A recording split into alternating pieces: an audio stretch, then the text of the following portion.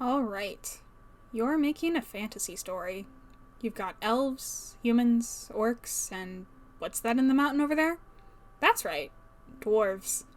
Sturdy, reliable, vaguely Scottish for some reason. Seriously, why do they have Scottish accents? And why do they live in mountains? And sometimes turn to stone? And why did the ones in the Elder Scrolls build so many robots that want to kill me? Well, I actually have some answers. Unlike a lot of modern fantasy races with dozens of variants, dwarves are relatively consistent. Or so I thought when I started researching this video. That said, there are some generalizations to be made. They're usually short, they have fantastic beards, and they live in mountains. This consistency can be attributed to a few factors, J.R.R. Tolkien and his mythological predecessors being the most obvious. Speaking of, history! Dwarves love history, right? Dwarves primarily come to us from Germanic folklore. This includes everything from the Poetic Edda to the Nibelungenlied. I'm so sorry in advance for my pronunciation of non-English words. Unlike my keyboard and eyeballs, my tongue is rather limited. Now, while a lot of modern media based on Norse mythology tries to find a clear-cut origin for the dwarves, or even just a clear-cut definition of dwarf, what we have of the original texts is more nebulous. It took a while for dwarves to develop a cohesive identity, something some people might argue makes any solid definition of dwarf impossible to pin down. In fact, some folks have suggested that this lack of a singular identity and their general otherness from humans is what makes a dwarf a dwarf. Of course, if you want to go down that rabbit hole, let me introduce you to giants, or elves, or dragons. That said, we do need to jump a bit closer to the modern day if we want to have a clear idea of what a dwarf is, since, formless spirits causing disease aren't what most modern audiences picture when you mention a dwarf. I want to see that Gimli/Legolas fanfic. Of course, this nebulousness about dwarves has persisted in some ways even in very modern stories. For example, the Magnus Chase series describes dwarves as descended from giant magic maggots, a claim that comes from Snorri Sturluson's Prose Edda. However, this is directly contradicted by the earlier Poetic Edda, which says the dwarves were created through a union of Ymir's blood and Blaine's bones. This connection to stone can be seen throughout both Eddas. Alvis is turned to stone by the sun, King Svigdir is called into a rock by a dwarf, and the Poetic Edda refers to them as masters of rocks. A lot of other modern stories will really lean into this connection between dwarves and stone, whether that's having them literally originated from rocks or just created to live in caves. Another trait we can trace back to the Eddas is the dwarves' propensity for crafting. Their skills in blacksmithing, jewel crafting, and wig making, apparently, all trace back to how they're characterized in these myths.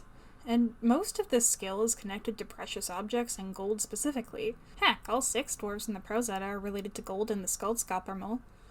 These skills in crafting have become one of the most notable traits of dwarves in fantasy media, even if these days it might sometimes take the form of enchanted tanks or steampunk constructs. It also ties them in with the history of their stories, since a well-crafted weapon or accessory can last way longer than any mortal lifetime. Their height is a little trickier, surprisingly. While dwarf is considered pretty much synonymous with short or small these days, early dwarves didn't have such clear-cut heights. Scholars have been debating whether dwarves as a whole are described by early sources as short for decades. On the one hand, a few individual dwarves were directly stated, or at least heavily implied, to be smaller than the average Norse mythological being. On the other, this description was never explicitly applied to dwarves as a whole until later German stories described them as clearly separated from humans by their small stature. That said, it's a little tricky to pick out anyone's height in the Eddas since we don't have a lot of points of reference besides, mountains? All the characters are gods, giants, dwarves, and other supernatural beings. You do technically have animals, but their depictions are sometimes, thankfully, not entirely grounded in our world. So, all in all, we have a few primary traits of dwarves that have stuck around over the centuries. They're crafters, they're tied to stone, and they are arguably short. Now, as previously stated, Tolkien is responsible for a lot of the common traits modern fantasy dwarves have. He even cemented the plural form as dwarves with a V rather than dwarfs with an F. His dwarves marked the beginning of our current era of fantasy dwarves, with their battle axes, mountain fortresses, and their accents. Yeah, seriously.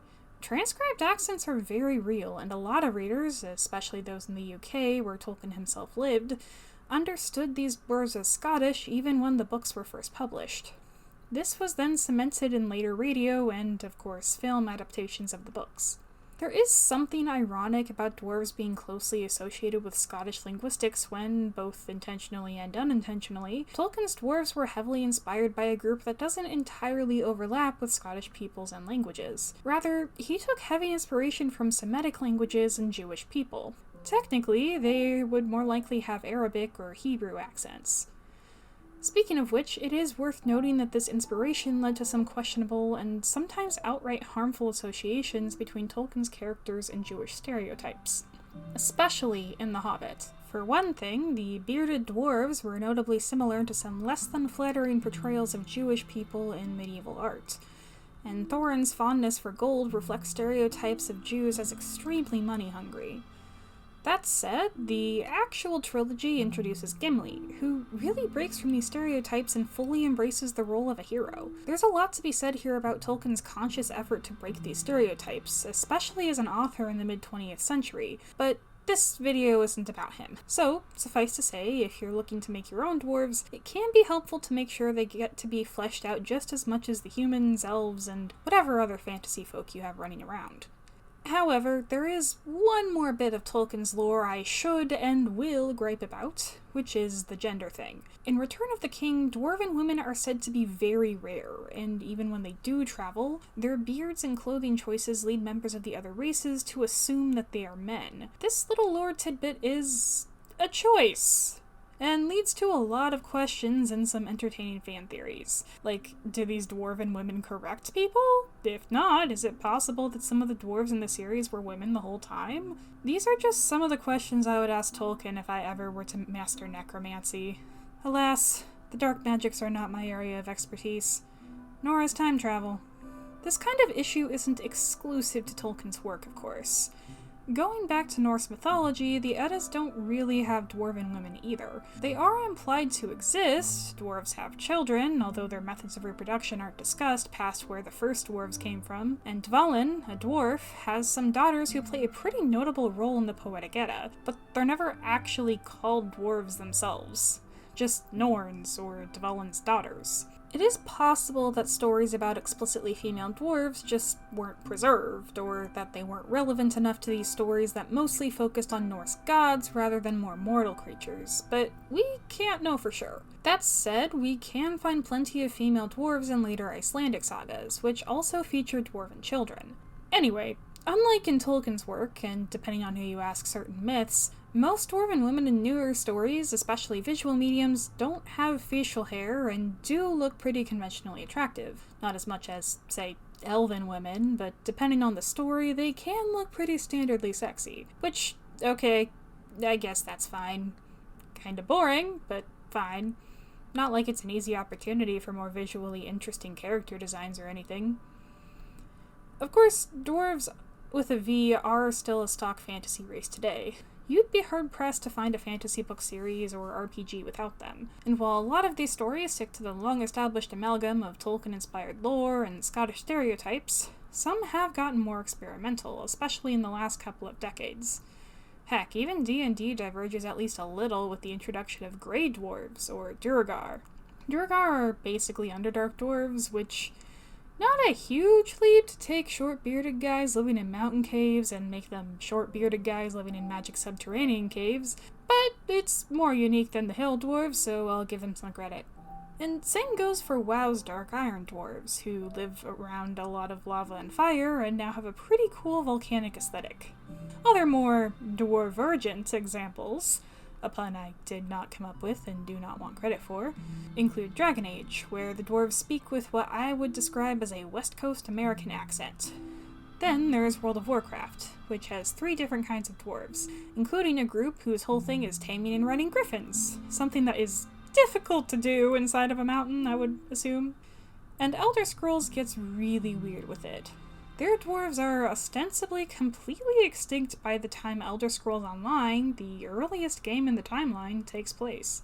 They're remembered only through stone ruins full of magical steampunk contraptions and the descendants of the elves that they enslaved. Honestly, the only real similarities between Dwemer and other Tolkien-inspired dwarves are the underground dwellings in the name, or nickname, I guess. That said, when we take the whole literary and rhetorical history of dwarves, there is so much potential that writers often dismiss or just aren't aware of. Why not tie back to those plague spirits, or connect the dots between dwarves' underground habitats and all the potential for weird genetic adaptations? Dark vision is great, but it's hardly unique. Give the dwarves echolocation, or bioluminescence, or rock powers. Play with their heights, take it to extremes. Extend their propensity for crafting and history to more advanced technologies or traditionally domestic skills. And, consider giving the women beards without making them the butt of a bad joke. What we consider typical dwarves are fantastic, but they're at their best when used as a guideline, not as a rulebook. Take what you want to use and homebrew the rest. Overall, dwarves from an outside perspective live up to their typical in-story reputations. They're sturdy, reliable, while maintaining plenty of room to adapt to pretty much whatever the writer wants.